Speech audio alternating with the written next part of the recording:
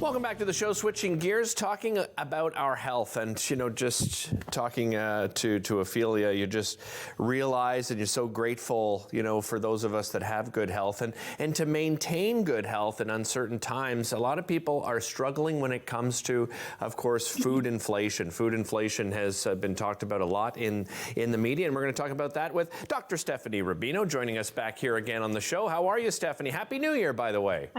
Happy New Year. Happy New Year. Thanks for having me. It's a pleasure. And yeah, as I said, food inflation, it's getting a lot of attention and for good reason, Stephanie, but we can maintain a good sense of health and what we put in our bodies. We just have to put a lot more effort into it perhaps than in the past, right? Absolutely. And research and make good choices, but it's definitely possible to stay healthy during these uncertain times. So we're going to go through some tips today on how to do that. Well, let's start with meal planning, because I think that's a great place for everybody to start, because, we have busy lives, and sometimes we kind of put it aside and we get home and then we try to sort of scramble and figure out what we're going to put on the table. What do you recommend for meal planning? So take an opportunity during the week, once a week, maybe it's Sundays, to plan your meals and snacks. And from that, you can create a grocery list that you can actually stick by when you visit the grocery store. And this is really key, right? It will prevent purchases that you don't need to make. It's also important to take steps to check flyers. There's even phone apps where you can investigate the prices of food items from different stores. So these are key things in terms of helping to save a little bit of money. And of course, when you make meals, don't throw out those leftovers. Yeah. They can be frozen for another day. They can be used to make a totally different meal. So they're still valuable even if you don't finish a meal. Yeah, and Stephanie, of course, there's other. So I was just going to say, there's alternatives too, right? When we see the prices that you've probably seen it on social media, a 4-pack of chicken breasts and perhaps a strip loin steak and the price that we're looking for. But there are alternatives that really give you the same sort of protein and nutrients that you're looking for, right? Absolutely. So instead of chicken breasts, which are quite expensive, you may want to choose chicken thighs. Instead of strip loin, maybe choose flank steak. They will still provide the nutrients like iron, zinc, and protein that you need. And, speaking about protein, you can also look to some canned foods, canned fish, tuna, salmon, canned beans. Of course, these are economical choices to continue to get the protein in that you need. It's also important to eat seasonally. So when it comes to fruits and vegetables, eat what's in season, especially this time of year. Choosing root vegetables is great. So potatoes, sweet potatoes, squash. They're quite versatile. You can use them in a number of recipes. Inexpensive and have a long shelf life. Yeah, and the other thing to look at, perhaps, I know that you always recommend shopping local, and maybe sort of in that, late spring, you start, collecting some local vegetables that you can chop and freeze yourself instead of actually having to buy it, from the grocery store frozen. Not that there's anything wrong with that. I know a lot of people are turning to that alternative. Let's move to, nutrient deficiencies. I think we see a lot of that, in particular in the winter months when it comes to vitamin D in particular. Yeah, absolutely. Even if you eat well, sometimes a nutrient deficiency can happen.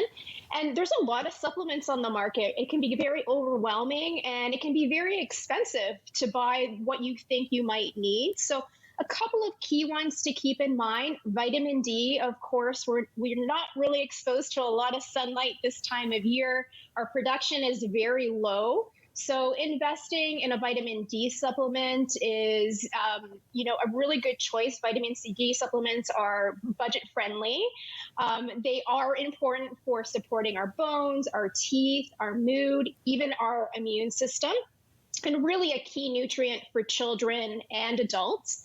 Another important nutrient are the omega-3 fatty acids. So our bodies don't make omega-3s. So we are looking for food sources and supplement sources. If you're not a big fish eater, you don't like ground flax, then definitely looking at an omega-3 supplement is key. The best ones are fish oil based or flaxseed oil based. Let's move on to sleep. Coming out of the holidays, I know that I was on a really poor routine and now I'm trying to get back on track. How can we improve our actual sleep quality, Stephanie? So sleep is key. It's I think a really important tool in terms of managing our stress levels. And we can get good sleep without spending any money. So, a hot bath before bed, deep breathing exercises. You can look up different videos and apps that can guide you through how to breathe properly. And really creating an ideal sleep environment, making sure your bedroom is cool, has a cool temperature.